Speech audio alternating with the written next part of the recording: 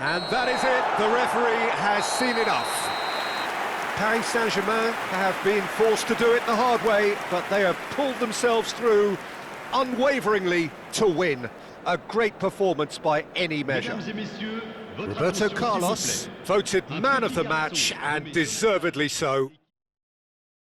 Well, from behind, Jim, that is some win, isn't it? Well, I've just got to give them great credit for the way in which they've managed to turn this around. Going behind seemed to strengthen their resolve, and it's been a wholehearted reaction and an absolutely terrific win. So just time for me to say thanks to Jim for his wisdom and to wish you all a very good evening.